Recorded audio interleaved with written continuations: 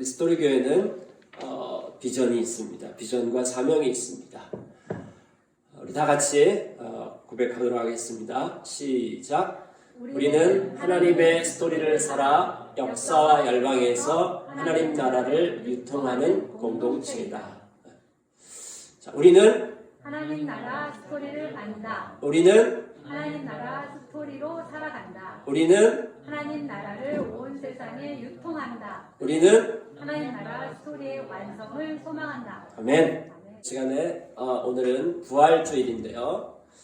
부활의 스토리를 살다 이런 제목으로 함께 하나님 말씀 나누도록 하겠습니다. 자, 눈밭에서요. 눈밭인데 저기 눈밭에서 여러분들이 길을 가다가 늑대를 만났어요. 어떨 것 같아요? 늑대하고 1대1로 딱 마주쳤어요.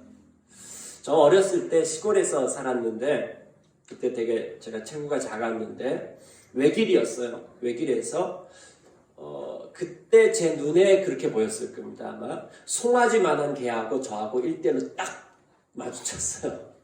30분 동안 저는 차려 타고 있었어요. 얼마나 그 시간이 길고 두려웠는지 모르겠습니다. 혹시 여러분들이 저런 늑대, 굉장히 굶주려가지고 으르렁거리는 늑대랑 여러분이 딱 마주쳤습니다. 저때 여러분의 두려움은 어떨까요? 이걸 두려움의 지수로 이렇게 얘기했을 때 한 10 정도 된다고 하면은, 자, 그러면은 횃불을 들고 있어요. 그럼 어떻겠어요? 조금 더 이제 더 위안이 되겠죠. 두려움이 한 8 정도로 줄어들었습니다. 네. 그 다음에 옆에 한 사람 더 있어요. 그 사람도 칼을 들고 있고 횃불을 들고 있어요. 저러면 어떨까요? 두려움의 지수가 더 줄어들었어요. 한 5, 6 정도로 또 줄어들었습니다. 그 다음에요. 이번엔 총도 갖고 있네. 그러면 어떨까요? 두려움의 지수가 또 좀 더 줄어들었어요. 한 4 정도까지 줄어들었습니다. 그 다음에요. 차도 있네. 옆에 보니까 도망갈 수 있어요. 여차하면 도망갈 수 있는 차까지 있어요. 그럼 이제 훨씬 더 두려움이 줄어들겠죠. 한 3 정도까지 줄어들었습니다. 그 다음에요. 알고 보니까 차 속이네. 차 안에 있는 거야, 우리가. 차 안에 있다면 어떻겠어요? 이제 조금 놀래긴 했지만은, 아직 괜찮아요. 그 다음에요. 알고 보니까 군인들이 나랑 같이 있어. 저렇게 많은 군인들이 있어. 자, 이러면 어떡할까요? 이제 안 두려워. 그 다음 뭐 할까요? 잡자, 늑대 잡자. 이렇게 바뀌게 되는 거죠. 그렇죠? 자, 같은 상황인데 지금 나 혼자 있다라고 생각하고 늑대하고 나하고 1대1로 지금 대면하고 있다. 요거밖에 안 보인다라고 한다면은 우리는 굉장히 두렵고 낭망할 수밖에 없습니다. 그러나 지금 나한테 무기도 있고 뭐 다 갖고 있고 그 다음에 차 안에 있고 그 다음에 우리 편 이렇게 많아 무장한 군대가 이렇게 쫙 있어요. 그러면 늑대가 날 잡는 것이 아니라 내가 늑대를 잡게 되겠죠.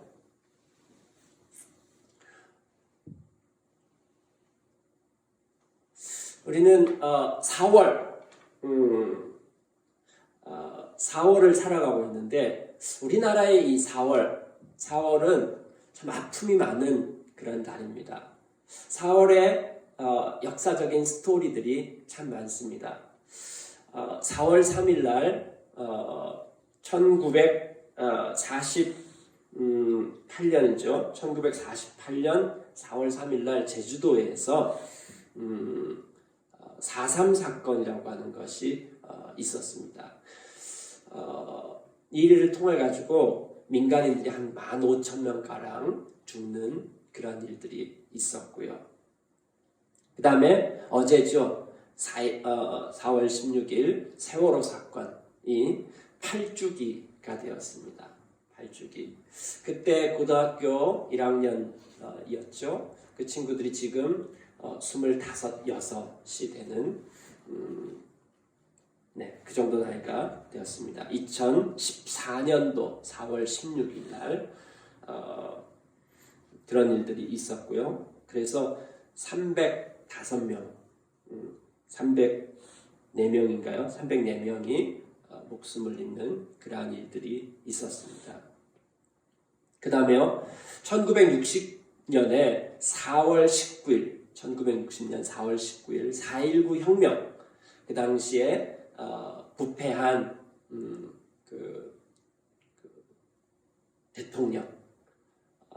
대통령 선거하는데 조작이 있어가지고 그것을 들고 일어났던 시민들이 186명 죽게 되는 그와 같은 일들이 있었고, 그거에 대해서 반대하는 운동을 해서 또 많은 사람들이 죽은 이와 같은 일들이 생겼습니다.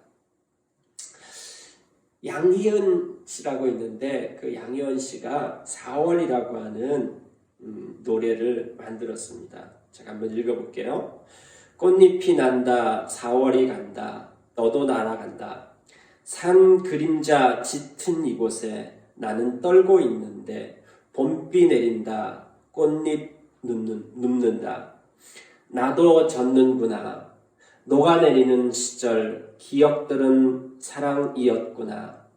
다 보냈다 생각했는데, 잊은 줄 알았는데, 숨을 쉬고 또 숨 쉬어봐도 남는다. 모자란다, 네가. 내 몸이 녹아내린다. 내게로 스며들었다. 꽃잎은 날고 봄비 내리면 나를 보낸다. 다 보냈다 생각했는데, 잊은 줄 알았었는데, 숨을 쉬고 또 숨 쉬어봐도 남는다. 모자른다, 네가. 내 몸이 녹아내린다.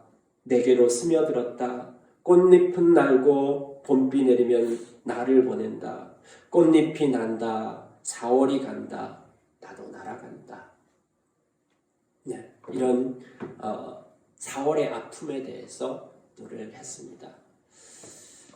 이 사자가 한자로는 죽을 사자도 되잖아요. 어쩌면 죽음의 계절을 좀 얘기할 수도 있습니다. 그런데 이 4월이 꽃이 피고 봄이잖아요.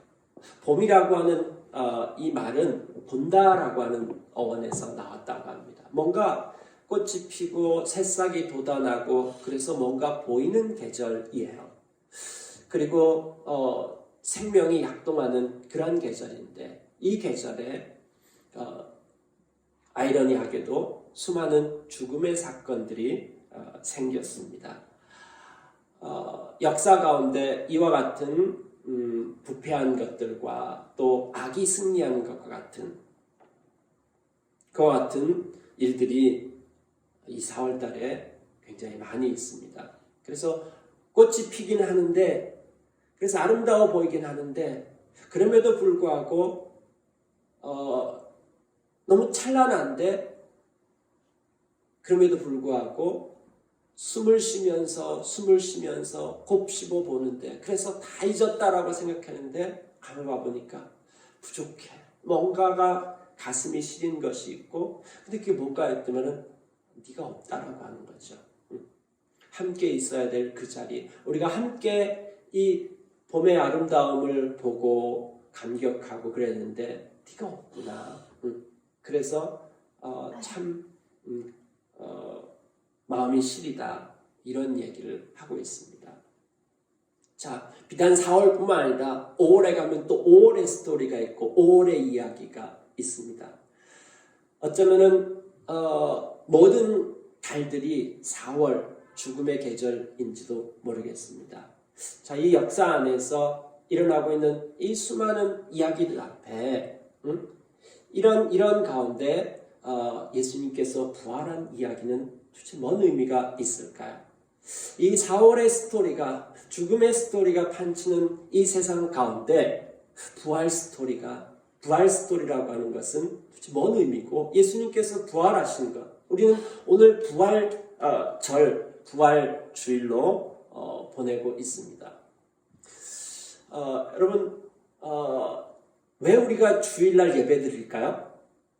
주일날 예배드리는 것은 예수님께서 부활하신 것을 기념하기 위한 것입니다. 왜 주일을 지키냐면요, 주일날 예수님 부활하신 거예요. 그거를 기념하기 위해서 예배 드리는 거예요. 그래서 주일 예배가 된 거예요. 그 다음에 또 이렇게 주일 예배 드리는데 이 주일날 어떤 사건이 생겼냐면요. 예수님 부활하시고 딱 50일째 되는 날 교회가 탄생되어졌습니다. 그래서 예수님 부활하셨고 교회가 탄생한 것을 기념하는 것, 그것이 바로 주일 예배입니다. 우리가 그걸 매주마다 같이 모여서 다시금 기억하고 그렇게 하는 것입니다. 안산에 가면은 세월호 사건에 대한 기억교실이라고 하는 것이 남아있다고 합니다. 기억교실을 만들어가지고 그 학생들의 자리를 그대로 보존하는 거죠. 거기 가면은 끊임없이 노래가 흘러나온다고 합니다. 그 노래는 250명의 아이들의 이름으로 지은 노래입니다. 250명의 아이들이 이름이 끊임없이 흘러나오는 것이고 거기에 가면은 그것을 기억하기 위해서 8주년이 됐는데 그것을 기억하기 위해서 기억교실이라고 하는 것을 그렇게 만들어 놨다고 합니다. 우리가 이 주일날 예배 드리는 것은 예수님께서 부활하신 것을 기억하는 것이죠. 자, 그렇다면은 이 4월의 스토리가 담겨져 있는 이 4월의 스토리하고 그 다음에 우리가 가지고 있는 이 부활 스토리 때문에 매 주일마다 이렇게 모이는 우리들은 이 세상에서 끊임없이 4월의 계절에서 펼쳐지는 마치 늑대 만난 것 같은 이 현실들, 이와 같은 사건들은 한 번 일어나는 것이 아니라 역사 가운데서 계속 일어나는데 우리가 가지고 있는 이 스토리를 가지고 이 역사 가운데서 일어나는 이 스토리를 어떻게 대면할 것인가 하는 것이죠. 그거에 우리가 닥치는 이런 현실들, 이 역사 가운데서 일어나는 이런 문제들 이해 안 되고 받아들이기 힘들고 그 다음에 또 마음 아픈 이와 같은 수많은 이야기들, 역사적인 것뿐만 아니라 개인적인 이야기들도 있을 수 있습니다.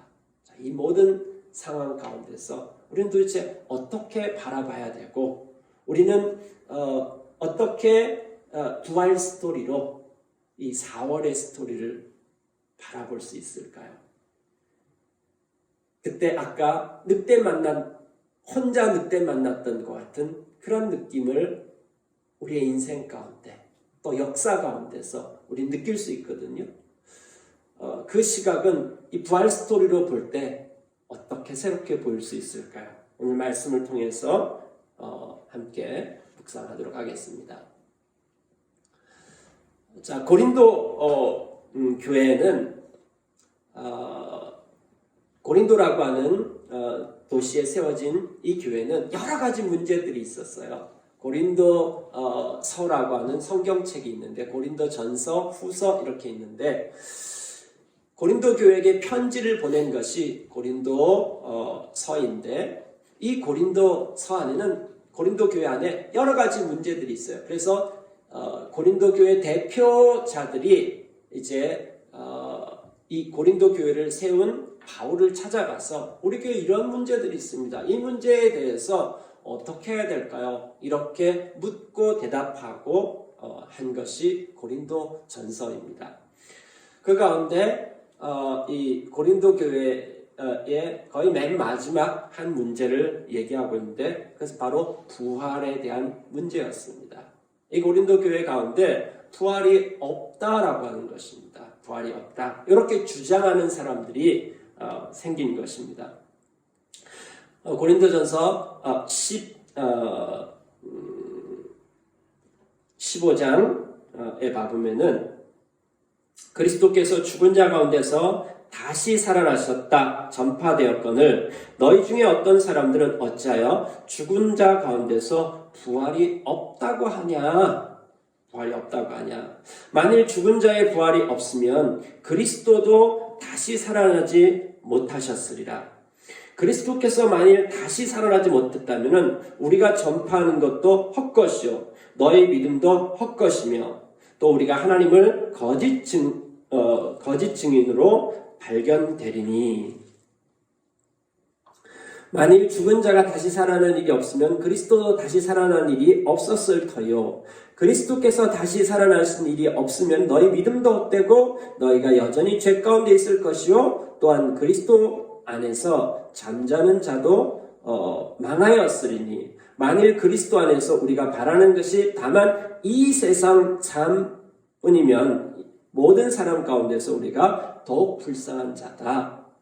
이렇게 이야기하고 있습니다. 자, 부활이 없다. 기독교의 가장 핵심 스토리가 부활 스토리거든요. 예수님의 십자가와 부활 스토리인데 예수님께서 부활하지 않으셨고 부활이 없다라고 한다면은 이건 기독교의 가장 중요한 기초가 깨어지는 것이거든요.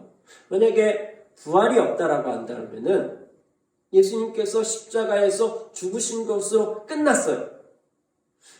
그러면은 이게 무슨 소리예요? 예수님께서 그리스도가 아니라는 소리고 그러면은 우리의 죄에 대한 문제가 해결된 것도 없다라고 하는 것이고 그 다음에 이 세상이 전부인 거예요. 죽고 난 다음 아무것도 없는 것이 되는 것이고요.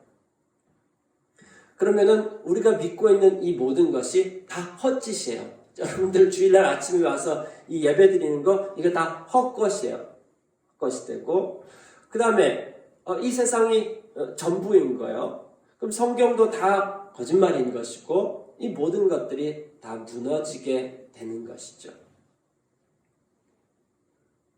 자, 부활이 없다라고 하면은 그와 같은 일들이 일어나게 되는 것이죠. 이거에 대해서 고린도전서 15장은 바울이 고린도 교회에게 부활이 무엇인지에 대한 이야기를 해주고 있습니다. 참 예수님께서 부활하셨다라고 하는 것은 뭔 의미가 있을까요? 우리가 함께 말씀을 보도록 하겠습니다. 자, 첫 번째는요. 이 고린도전서 15장 21절 말씀인데 우리 한번 같이 읽어볼까요? 21절 시작. 사망이 한 사람으로 말미암았으니 죽은 자의 부활도 한 사람으로 말미암는도다. 여러분은 인류 최대의 문제가 뭐라고 생각하세요? 인간에게 있어서 가장 큰 문제, 가장 심각한 문제가 뭐라고 생각하세요? 환경오염에 대한 문제일 수도 있겠고요. 그 다음에 또 전염병에 대한 바이러스에 대한 것도 있을 수 있습니다. 근데 인류 최고의 문제는 뭐냐면은 죄에 대한 문제입니다. 죄에 대한 문제. 그리고 죽음에 대한 문제입니다. 성경은 죄의 복침이 죽음이라고 얘기하고 있습니다. 죄로 말미암아서 죽음이 온 것입니다. 근데 이 죄에 대한 문제는 지금 우리 코로나 바이러스 이렇게 걸리잖아요. 오미크론이 전염력이 강하다 이렇게 얘기하는데 그런데 죄의 전염률과 치사율은 그 어떤 것하고도 비교할 수 없습니다. 죄는 전 인류가 다 걸렸어요. 100%의 감염률입니다. 아예 태어나면서부터 인간이 되면서부터 감염이 된 것입니다. 그래서 우리는 하나님을 떠난 상태로 태어나는 것이죠. 그 다음에요. 치사율 100%입니다. 걸렸다면 다 죽어요. 걸렸다면 다 죽어요. 여러분 코로나가 이렇게 우리 두려워하고 많이 영향을 받는데 이거보다 훨씬 더 강력한 것이 뭐예요? 죄라고 하는 병에 걸렸어요. 죄라고 하는 바이러스가 우리 안에 작동을 하는 거예요. 이 바이러스가 들어오면요 모든 걸 다 망가뜨려 놔요. 그래서 제대로 작동하지 못하도록 그렇게 만들어 놓고 그리고 결국은 어떻게 해요? 결국 다 죽어요. 100% 다 죽습니다. 여러분 이 병에 걸렸습니다. 여러분 전부 다. 자, 이 죽음의 문제, 죽는 문제. 그럼 죽음에 대해서 어떻게 생각하세요? 자, 먼저 우리는 죽는 존재라고 하는 것을 기억하셔야 됩니다.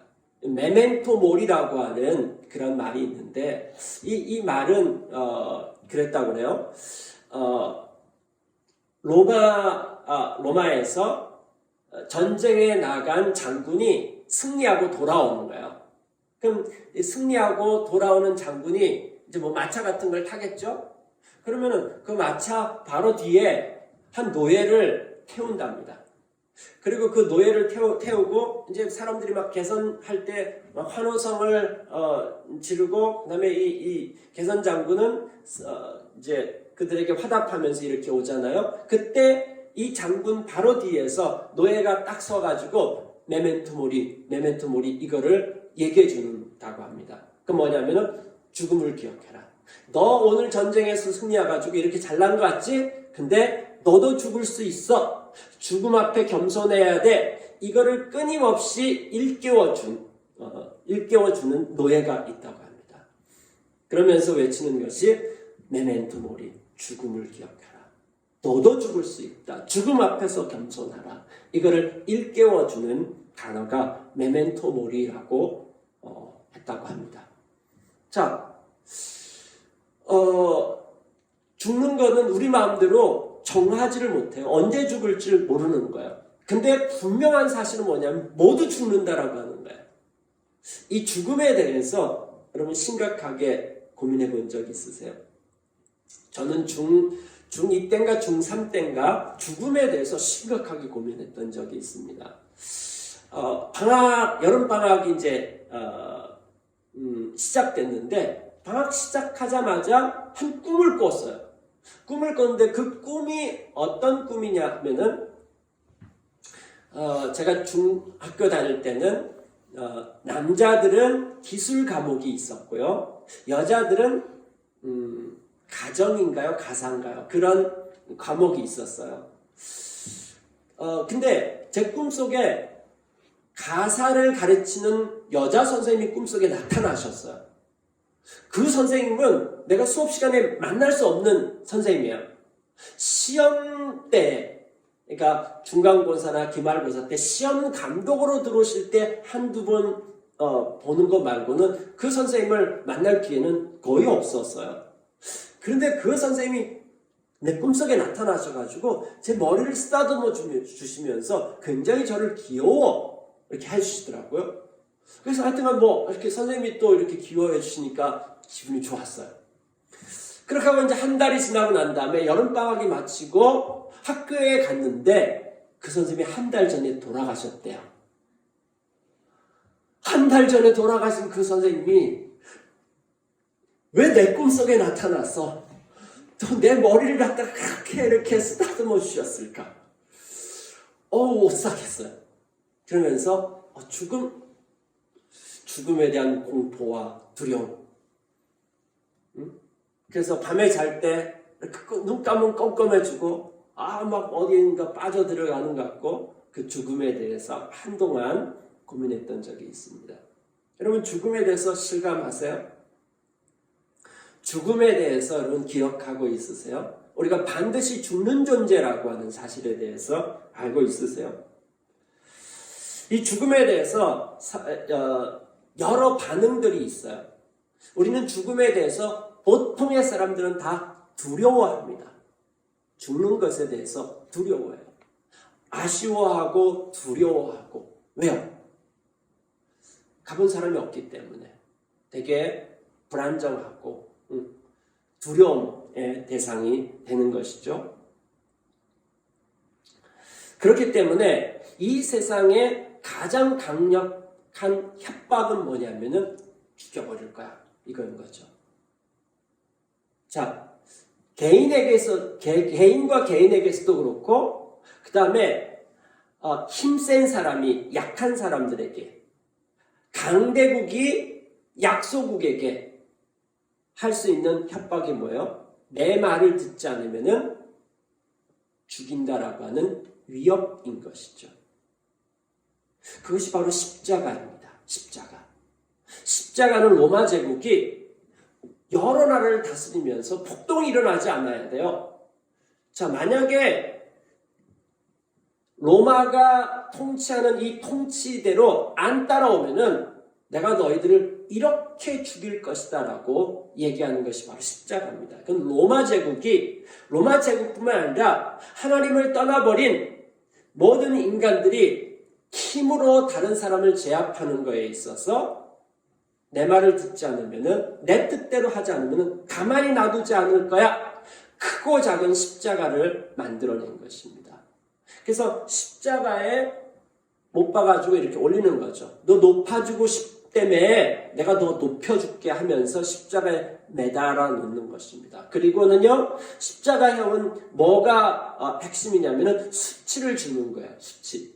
왜 수치를 주냐면은 이걸 가지고 사람들을 교육시키는 거예요. 사람들을 쫙 모아놓고 십자가를 해요. 막 이렇게 아무도 못 보게 하고 십자가형을 하는 것이 아니라 사람들을 될 수 있으면 많이 모아놓고 십자가인 거예요. 왜요? 이걸 가지고 교육을 시키는 거예요. 너희들도 얘처럼 내 말 안 들으면은 얘처럼 된다. 이거를 사람들한테 교육하고 홍보하기 위한 것이 바로 십자가입니다. 그래서 사람들은 그 십자가를 통해서 배우는 거예요. 쟤네 말 잘 안 들었다가는 나도 저렇게 될 거야. 요거를 머릿속에 각인시키는 거예요. 나도 저렇게 죽게 되겠다. 엄청난 공포와 수치와 이걸 들게 만드는 거예요. 그래서 인격적인 모독을 하고 침을 뱉고 그 다음에 수치와 고통, 옷을 벗기고 이와 같은 것들을 하는 것이죠. 그래서 그것을 본 이 수많은 사람들이 나는 절대로 저렇게 되지 않을 거야. 나는 로마의 말을 잘 들을 거야. 이런 결단이 나오도록 만드는 것이 바로 십자가인 것이죠. 자, 그래서 힘센 사람이 약한 사람들을 위협하고 그래서 죽인다라고 협박하는 것이죠. 그 공포.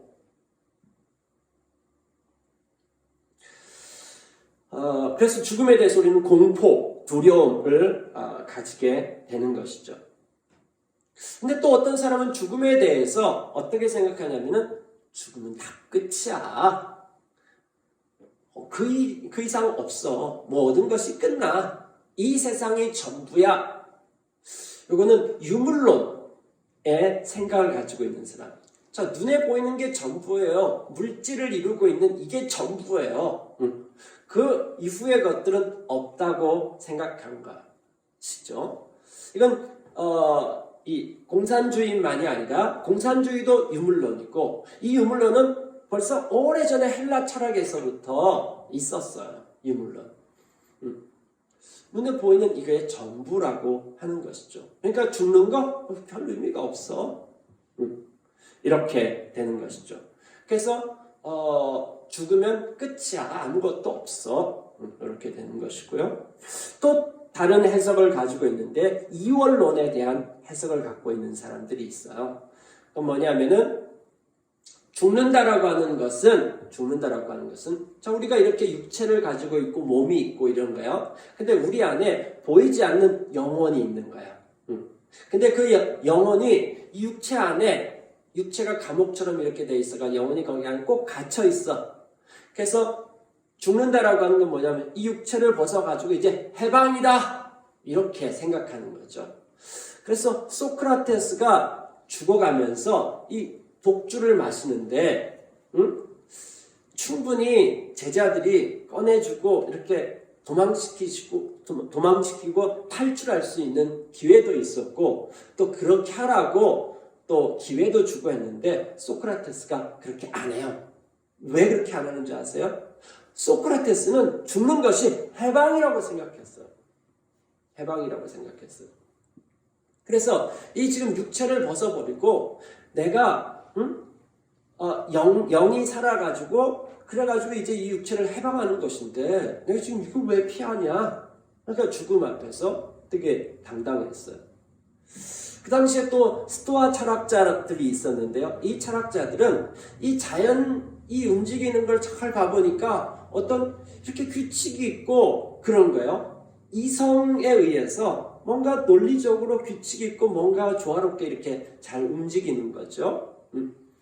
그래서 이 자연이 돌아가는 그대로 우리가 따라 살아야 된다. 그래서 제논이라고 하는 철학자는 길 가다가 돌뿌리에 걸려서 넘어졌어요. 그리고 난 다음에 가서 자살하고 죽었어요. 네. 근데 아테네에서 이 사람을 막 영웅처럼 여기고 온 시민들이 다 이 장례식에 참석해가지고 막 칭송하고 그랬어요. 왜요? 이 사람은 자기 길 가다가 돌부리에 넘어졌는데 이게 자연의 섭리라는 거예요. 자연의 섭리.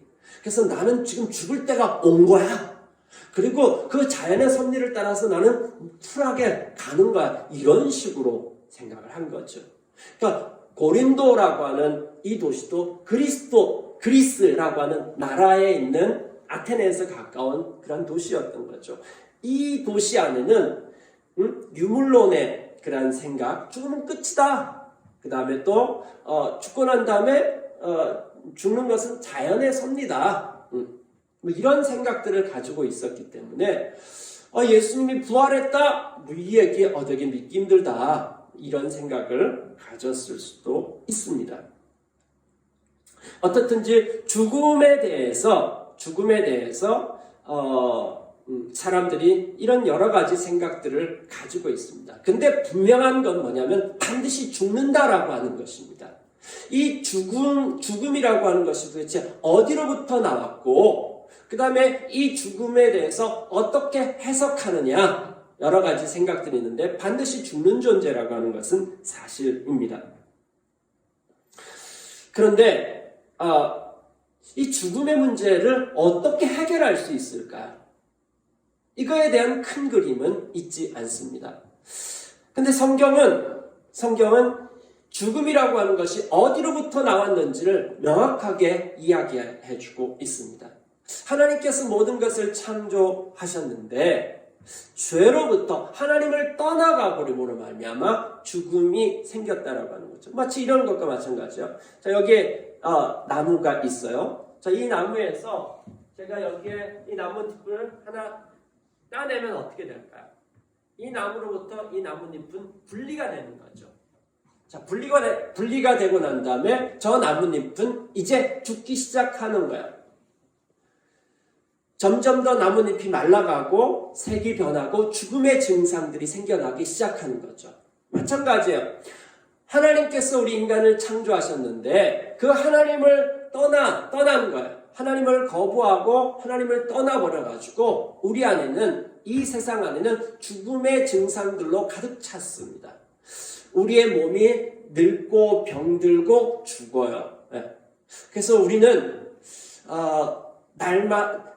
죽어가고 있는 존재예요. 날마다 죽음을 먹고 있어요. 우리가 먹는 모든 것들은 죽은 존재들인 거예요. 죽음을 먹고 있고 죽음을 향해서 가고 있고 그 다음에 우리도 죽는 존재로 살아가고 있는 것이죠. 근데 이 모든 죽음의 출발점이 한 사람으로 말미암아 시작되었고 그 원인이 죄라고 하는 것, 하나님을 떠나버림으로 말미암아 시작되었다라고 이야기하고 있습니다. 자, 그래서 죽음이 왔다라고 성경은 얘기를 하고 있고요. 그러면 이 죽음의 문제를 해결하기 위해서는 반드시 죄라고 하는 이 문제 때문에 죽음이 왔기 때문에 죽음의 문제를 해결하기 위해서는 죄라고 하는 문제를 해결해야 되는데 이 죄라고 하는 문제를 도대체 어떻게 해결할 수 있나 하는 것이죠. 예수님께서 십자가에 못 박혀 죽으시고 부활하심으로 말미암아서 죄에 대한 문제, 죽음에 대한 문제가 해결되었다라고 하는 것입니다. 자, 어떻게 해결되었을까요? 죄에 대한 문제를 해결하기 위해 죄의 결과, 죄의 싹은 사망이다. 죄는 독침이 있어요. 죄는 모든 걸 죽게 만드는 것이죠. 그래서 죄를 없애야지 죽음의 문제가 해결되는 것이죠. 자, 죄를 없앨 수 있는 방법이 무엇인가 하는 것이죠.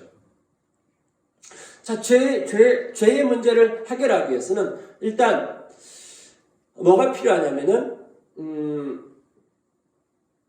모든 인간들은 다 죄인이잖아요. 모든 인간들은 다 죄인이기 때문에 서로가 서로에게 있어서 죄의 문제를 해결해 줄 수가 없습니다. 내가 너를 위해서 대신 죽어줄게. 이게 불가능합니다. 왜요? 우리는 전부 다 죽어가고 있는 존재예요. 이미 죽는 존재인 것이죠.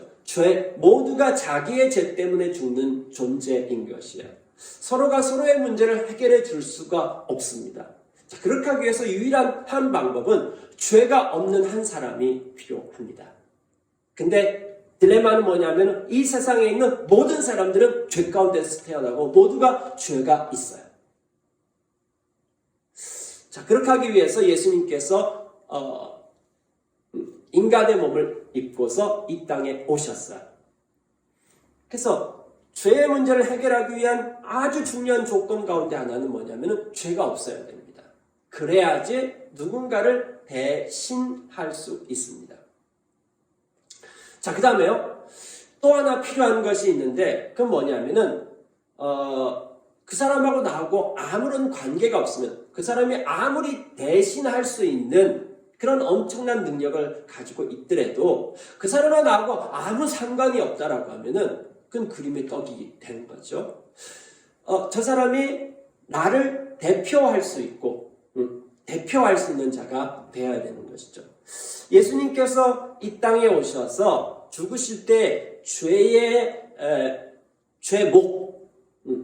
몫이 뭐였냐면은 죄의 이름이 뭐였냐면은 무슨 죄 때문에 죽었냐면은 이스라엘의 왕이다. 이렇게 죄 패를 붙였어요. 이스라엘의 왕이다. 자, 이스라엘을 대표하는 자가 있죠. 그게 바로 왕입니다. 이스라엘의 왕은 이스라엘을 대표하는 것입니다. 근데 이스라엘은 또 뭘 대표하는 사람들이냐면은 하나님께서 왜 이스라엘을 택했냐면은 온 세상에 있는 모든 나라를 대표하는 자로 하나님이 이스라엘을 뽑았어요. 자, 그러면 한번 해보죠. 온 세상의 대표자가 누구라고요? 하나님 앞에서 이스라엘이에요. 이스라엘의 대표자가 누구예요? 왕이에요. 예수님이 바로 이 이스라엘의 왕으로서 죽었다라고 하는 것이죠. 그렇기 때문에 예수님이 죽은 것은 이스라엘이 죽은 것과 마찬가지고 이스라엘이 죽은 것은 온 세상이 죽은 것과 마찬가지인 것이죠. 그래서 예수님께서 십자가에 못 박혀 죽은 것은 온 인류를 대표해서 죽으신 거예요. 자, 예수님이 우리를 대신 대표해서 죽었어요. 대신 죽음으로 말미암아서 죄라고 하는 것의 값이 치러진 거예요. 값이 치러지고 이제는 죄라고 하는 그것이 남아있지 않게 되어졌어요. 그렇기 때문에 예수님께서는 다시 살아나셨어요. 죽음에 대한 문제. 죄라고 하는 것은, 죽음이라고 하는 것은 죄로부터 왔는데 죄에 대한 문제가 해결되어지니까 죽음의 문제가 해결되어진 것입니다. 그러니까 예수님께서 부활하신 것은 우리의 인간들의 죄에 대한 문제, 죽음에 대한 문제를 해결하셨다라고 하는 것에 대한 표시인 것입니다. 그 다음에요, 두 번째는 예수님께서 그렇게 죄에 대한 문제를 해결하신 것으로 끝났냐? 아니요, 여기서 끝나지 않습니다. 예수님께서 그 문제를 해결하시고 난 다음에 죄에 대한 문제를 해결하고 난 다음에 이제는 다시금 회복시키기 시작하는 것이죠. 회복시키는 것. 십자가에서 대신 죽으심으로 말미암아서 막 십자가에서 예수님께서 야 사탄 너 이리 와. 너 무릎 꿇어. 너 얘네들 건드려가지고 이렇게 힘들게 만들었어. 로마 니네도 이리 와. 응? 야 저기 천군 천사들 한 50만 명만 동원해. 그래서 로마 제국 초토화시켜. 이런 식으로 하지 않으셨어요.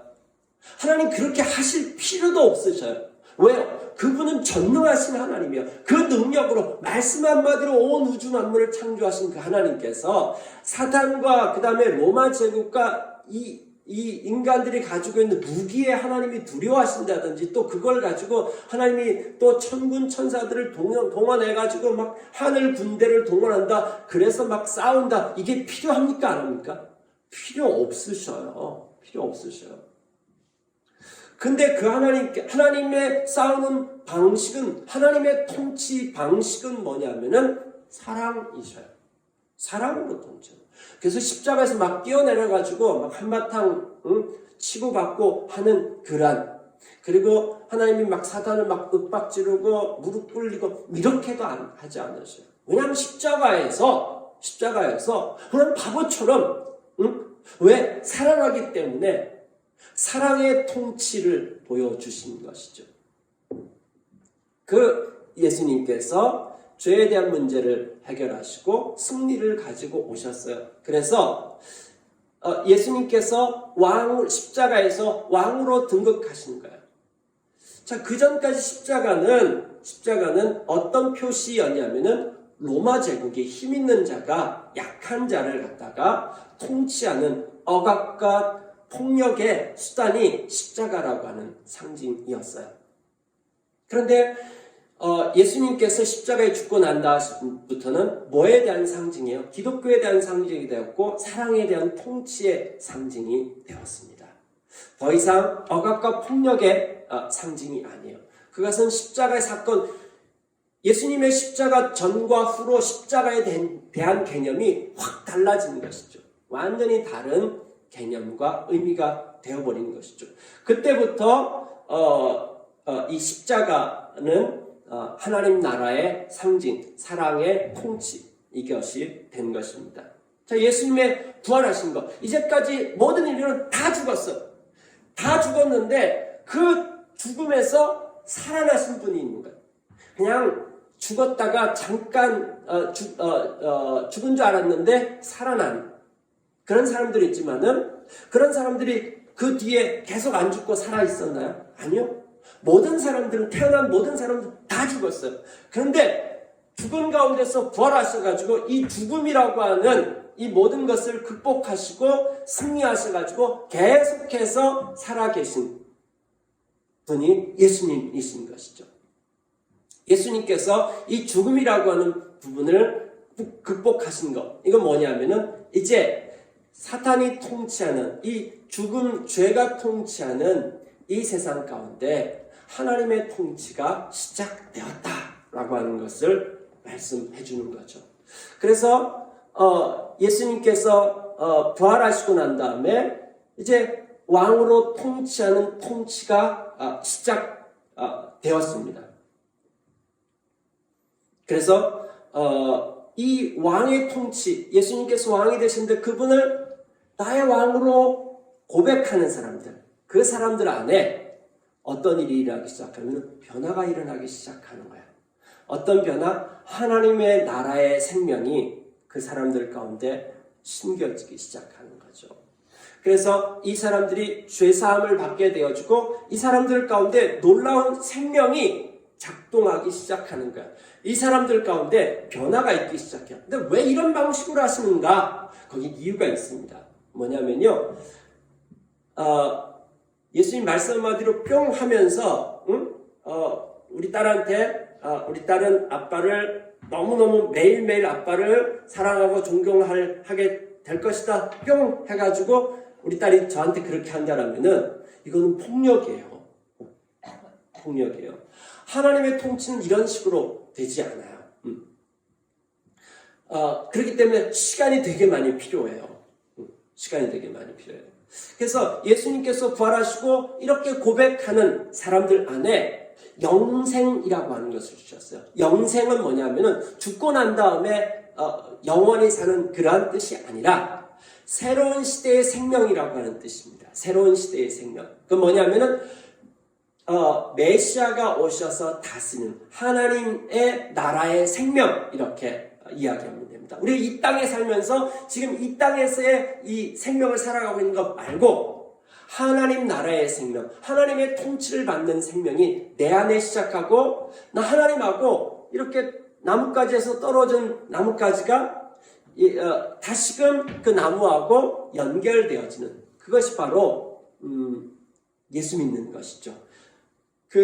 부활하신 예수님을 나의 왕으로 고백하는 순간 내 안에 영적인 생명, 하나님 나라의 생명이 내 안에 시작되어져서 회복이 일어나기 시작하는 거야. 하나님과의 관계가 시작되어지고 그 관계, 이 생명은 놀랍게 내 삶의 관점, 아까 나는 죽음이라고 하는 늑대하고 딱 맞닥뜨렸고 악이라고 하는 늑대하고 딱 맞닥뜨렸는데 나 혼자라고 생각했는데 예수 믿고 난 다음에 하나님하고 관계가 시작되고 난 다음에 똑같은 상황인데 다르게 보기 시작하는 건데 관점과 시각과 이게 달라지기 시작하는 거예요. 그리고 하나님을 점점 더 알아가기 시작하는 거예요. 그 하나님을 경험하고 알아가기 시작하면서부터 내 삶에 여러 가지 습관들이 바뀌기 시작하고 관점이 바뀌어지기 시작하고 나의 성품이 바뀌어지기 시작하고 점점 더 그분을 닮아가는 이와 같은 일들이 일어나기 시작하는 것이죠.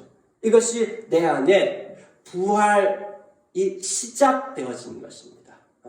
부활이 시작되어진 것입니다. 그래서 부활은 새 창조의 시작이라고 얘기할 수 있습니다.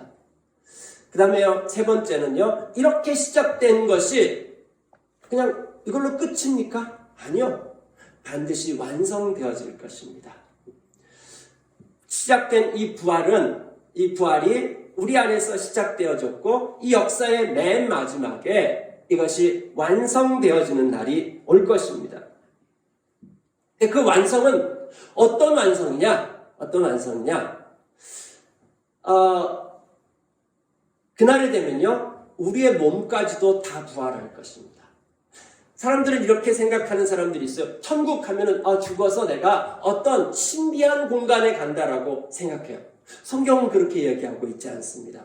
우린 죽고 난 다음에 우리의 영혼, 그건 아까 말했죠. 헬라의 이원론 철학입니다. 그래서 우리의 영이 어떤 세계로 가서 거기에 우리가 원하는 모든 것들이 있는 곳, 그래서 아주 놀라운 곳, 그것이 천국이다. 성경은 이렇게 얘기하고 있지 않아요. 네. 우리 영만 부활하지 않습니다. 내지는 하나님이 창조한 이 지구가 아니라 어떤 또 다른 별에 가는 것, 이렇게 생각하는 사람들도 있어요. 성경은 그렇게도 얘기하고 있지 않습니다. 성경 맨 끝에 보면은 하나님께서 새하늘과 새 땅을 창조한다라고 이야기하고 있습니다. 맨 처음에 뭐라고 얘기하고 있죠? 하나님께서 천지를 창조했다라고 되어 있죠. 근데 성경 맨 끝에는 하나님께서 신천지네요, 이게. 신천지. 좋은 이름 다 가져갔어요. 새하늘과 새 땅. 신천, 신지. 이런 거죠. 거기 새라고 하는 것은 종류가 다른 새로운 것이 아니라 하나님께서 원래 창조하신 것이 다 회복되어가지고 작동하는 세상. 자, 그때는 우리의 몸도 회복되어집니다. 몸은 나쁜 것이 아닙니다. 하나님께서 우리 몸을 창조하셨습니다. 하나님께서 주신 거예요. 근데 지금 이 몸이 하나님께서 원래 주신 대로 작동이 안 되고 있는 상황이에요. 우리의 성품도 제대로 작동이 안 되고요. 몸도 제대로 작동이 안 된 상황이고, 그 다음에 우리가 보는 자연 만물들도 이게 하나님께서 원래 만드셨던 반짝반짝 빛나는 상태가 아니에요. 이게 제대로 작동되는 상태가 아니에요. 그런데 그 맨 마지막 날에는 모든 것이 다 부활되어질 것이에요. 모든 것이 다 부활되어지는데 놀라지 마세요. 예수 안 믿는 사람들도 살아날 거야. 다 부활되어질 거야. 이것 때문에 우리는 낭만하지 말아야 됩니다. 왜요?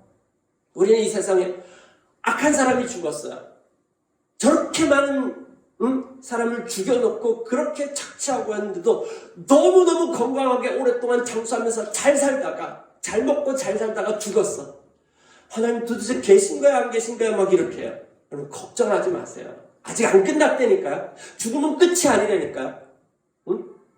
이 역사의 맨 마지막 심판 때에 악하든 예수 믿는 사람들 간에 다시 부활할 거야. 다 살아날 거야. 하나님의 심판대 앞에 다시금 다 서게 될 것입니다. 하나님께서 이 모든 것을 다 바로잡으실 것입니다. 그게 이 역사의 맨 마지막에 일어날 것입니다. 부활은 그것이 이미 시작되었다라고 하는 것을 얘기해 주고요. 이미 시작된 것은 반드시 완성될 것이라고 하는 것을 말해 주는 것이죠. 우리는 이 부활주의를 지키면서 예수님 기념하는 것을 지키면서 예수님께서 부활하셨어. 예수님께서 십자가에서 죽으시고 부활하셨대. 예수님 능력 있으시지. 예수님 짱이지. 그렇게 하면 끝나면 안 됩니다. 예수님께서 그렇게 하셨다는 것이 도대체 우리하고 무슨 상관이 있는가라고 하는 것이죠. 우리하고 무슨 상관이 있는가? 우리는 예수님께서 십자가에서 죽으시고 부활하셔서 우리에 대한 죄에 대한 문제를 해결하셨고 이제 예수님께서 온 열방의 왕으로 이 세상의 왕이었던 사탄의 통치를 몰아내시고 왕이 되셨어요. 그럼에도 불구하고 사탄은 쫓겨났음에도 불구하고 불법적인 활동을 계속하고 있고 계속 속이고 있고 계속 사람들을 유혹해서 자기 마음대로 살으라고 유혹하고 있고 그렇게 하고 있습니다. 자, 그런 가운데 그리스도인들은 이 부활주의를 지키는 거예요. 우리가 보는 이 현실에는 악이 승리하는 것 같고 늑대가 하나님을 떠나버린 인류의 상태를 한 사람은 이렇게 표현했어요. 모든 사람들이 늑대가 되었다. 늑대가 늑대에게 행동하는 것이 이 인류의 상태이다. 라고 이야기하고 있습니다.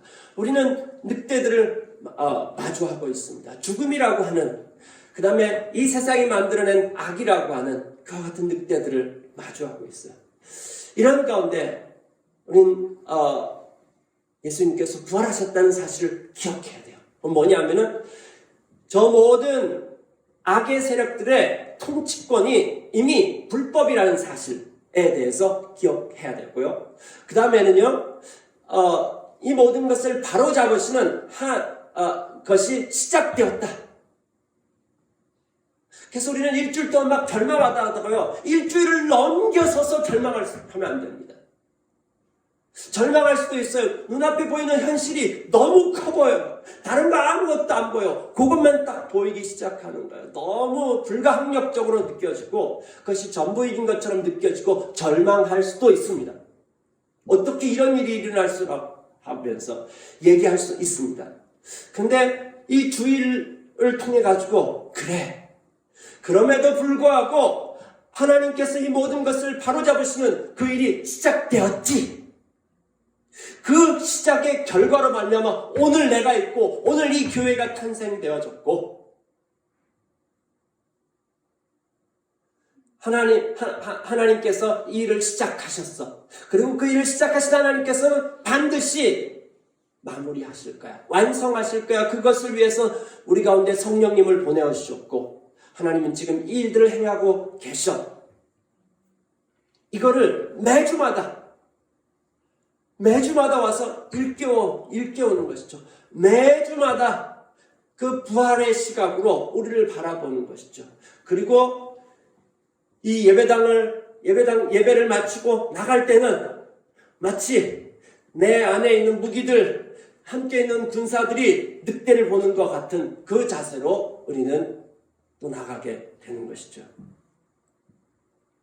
그래서 교회는 그 부활을 소망하는 자들, 그 부활이 이미 시작됐다는 것을 알고 그 다음에 그것이 곧 완성됐다는 사실을 알기에 그 큰 그림을 다 봤기 때문에 늑대와 한 사람이 있는 것뿐만 아니라 그 모든 장면 전체에 대한 그림을 다 알기 때문에 그걸 알기 때문에 이제 어떻게 합니까? 죽음의 위협, 그 어떤 것이 위협이 올지라도 우리는 그 큰 그림을 이미 봤기 때문에 그리고 우리 눈앞에 펼쳐지는 이 모든 악함들이 저대로 끝나지 않을 것, 저들이 혹 죽는다고 하더라도 그 죽음이 끝이 아니라는 사실을 알기 때문에 낭망하지 않습니다. 그 어떤 상황에도 낭망하지 않고 소망을 갖고 있습니다. 소망을 품고 기다리며 지금 우리가 하는 이 땅에 사는 이 모든 것들이 하나도 헛되지 않을 것입니다. 성경이 그것을 이야기해주고 있습니다. 고린도전서 요건 한번 같이 읽도록 하겠습니다. 고린도전서 15장 57절 58절 우리 같이 한번 읽도록 하겠습니다. 시작. 우리 주 예수 그리스도로 말미암아 우리에게 승리를 주시는 하나님께 감사하노니 그러므로 내 사랑하는 형제들아 견실하며 흔들리지 말고 항상 주의 일에 더욱 힘쓰는 자들이 되라. 이는 너희의 수고가 주 안에서 헛되지 않은 줄 압니다. 여기 보면은 이 부활에 대한 얘기를 다 마치고 난 다음에 고린도 교회에게 뭐라고 얘기하고 있습니까? 자, 이제 너희 부활할 것이니 잘 참고 기다려. 이렇게 얘기하지 않았어요. 응?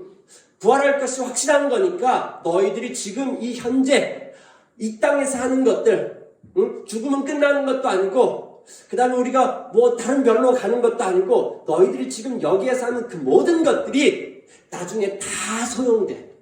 그러니까 너희들이 여기서 하는 거 실패할지라도 결코 낭망하지 않아. 이 세상에 벌어지고 있는 이 모든 것들이 막 우리가 지는 것 같아. 그리고 이대로 끝날 것 같아. 아니, 그대로 끝나지 않아. 반드시 하나님께서 이 모든 것들을 다 바로잡으실 것이야. 그 첫 출발이 예수님께서 부활하신 것이고 부활하신 그 분께서는 반드시 이를 완성할 것이야. 이 일들을 한다면 너희들이 이 모든 늑대가 우글거리는 이 상황 가운데 4월의 아픔이 있는 이 상황 가운데 여전히 낙심하지 않고 부활 스토리대로 살아가는 거야. 그래서 우리는 더욱 힘쓰는 자들이 되고 내가 하는 이 모든 것들이 아무도 안 알아줄지라도 이것이 헛수고가 아니다라고 하는 사실을 기억하면서 우리는 우리가 있는 자리 가운데서 부활 스토리를 살아내는 것이죠. 저기 있는 우리 중국 형제자매들이 있습니다. 한 셀그룹의 모습입니다. 저 셀그룹이 원래는 소망 없던 자들이었습니다. 죽음을 두려워하면서 그리고 또 하나님을 모르는 소망 없이 살던 자들이었습니다. 어떤 사람은 우울증에 심각하게 걸렸었고 어떤 사람은 눈이 안 보여지기 시작하고 이 가운데서 마치 늑대 만난 인생 같은 그런 시간들이 있었습니다. 그때 예수님을 만나게 되었고 저 분들의 인생이 바뀌어지기 시작했습니다. 부활하기 시작했어요. 가정이 살아나기 시작했고 개인의 인생들이 살아나기 시작했어요. 옆에 있는 한 자매는 이미 돌아가신 그런 자매입니다. 우리 교회에 와가지고 저 자매의 삶이 바뀌어졌습니다. 그래서 암이 막 몇 개씩이나 걸렸고 그래서 금방 죽을 거라고 의사들이 얘기했는데 우리와 함께 4년 동안을 지내다가 죽었습니다. 코로나 막 시작될 때 저 자매가 이제 죽은 거죠. 저 자매들이 이전에 정말 소망 없는 삶을 살았는데 예수님 만나고 난 다음에 삶이 부활했습니다. 생명이 어디서 그 생명이 살아났는지. 중국 교회에서 이제 자매들이 좀 많았죠. 제가 어떤 이런 인사를 들은 적이 있습니다.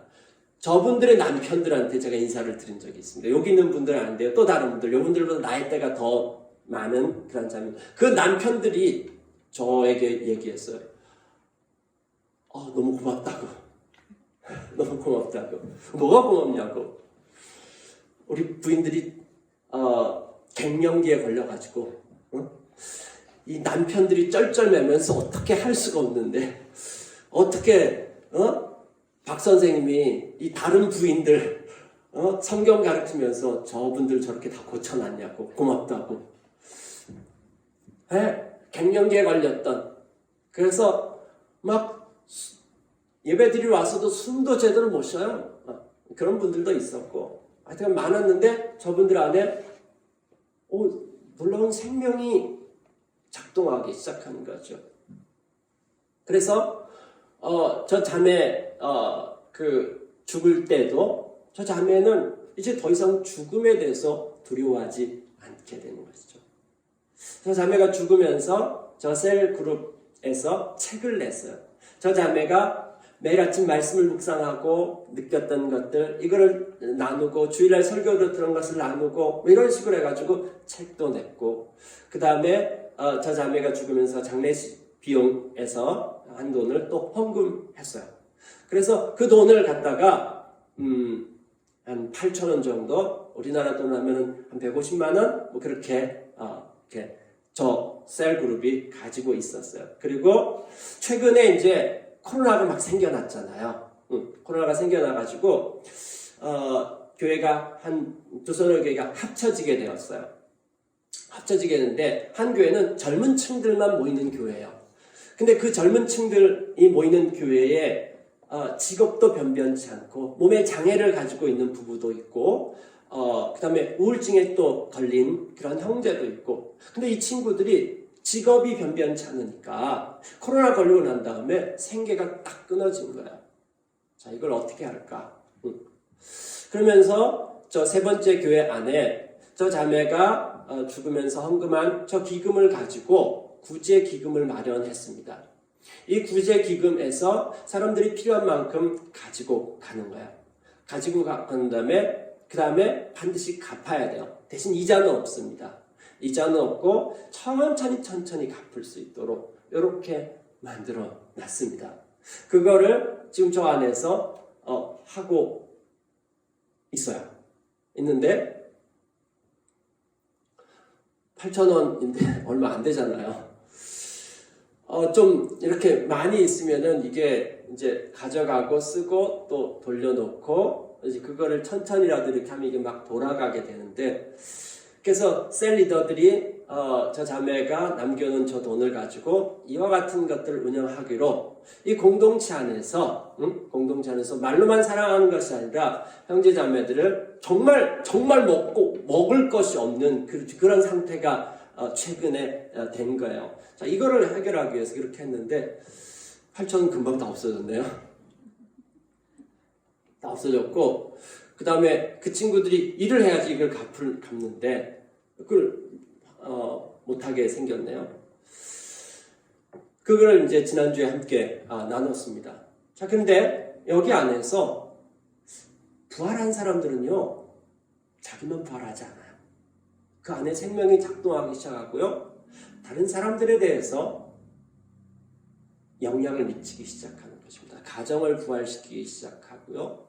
그 다음에 이전엔 관심도 가지 않았었고 여러분 여기에 있는 저 자매들 가정들 거의 다 부부끼리 이 통장 따로 해요. 한 부부한테 물어봤어요. 왜 통장 따로 갔냐? 이혼할 수도 있잖아요. 이혼하면은 돈을 따로 갖기 위해서 이미 딱 미리 준비를 해놓는 거예요. 이렇게 하는 사람들이에요. 그런데 예수 믿고 난 다음에 돈에 대한 개념이 바뀌어요. 그 다음에 삶에 대한 목표가 바뀌어요. 왜요? 가치관이 바뀌었어요. 가치관이 바뀌었고 그 다음에 하나님 나라를 소망하는 자들이에요. 그렇기 때문에 지금 이 현실을 내팽개치는 것이 아니라 누구보다도 더 열심히 더욱 힘쓰고 그 다음에 또 그것을 함께 나누고 이 땅에서 시작된 하나님의 나라를 경험하고 있는 것이죠. 그래서 스토리교회가 지난주에 창립 예배 들어온 헌금 중에서 마중물을 헌금하기로 했습니다. 그래서 저기에 중국에 있는 지체들 최근 코로나 상황이 점점 더 심각해지고 있는데 그래서 마중물을 좀 헌금할 것입니다. 이거에 마중물을 집어넣으면요 또 놀라운 이렇게 연쇄 현상들이 일어나더라고요. 그걸 들은 사람들이 또 헌금하게 되고요. 사실 또 중국 교회 안에도 돈 있는 사람들이 있거든요. 저는 또 그렇게 반응할 것이라고 생각합니다. 그래서 저희들을 통해 가지고 부활 소망을 가지고 살아가는 자들이 하나님 나라를 소망한다라면은 하나님 나라 현재도 있어야 되잖아요. 그것들을 드러내는 일들이 일어나기를 소망합니다. 그리고 중국에서뿐만 아니라 오늘 우리들도 저 부활 스토리를 가지고 우리가 이 땅에서 맞이하는 수많은 늑대들에 대해서 그거보다 훨씬 더 큰 부활 스토리로 이 죽음의 계절 가운데서 승리의 계절과 하나님 나라의 계절을 우리를 통해서 써갔으면 좋겠습니다. 함께 기도하시겠습니다.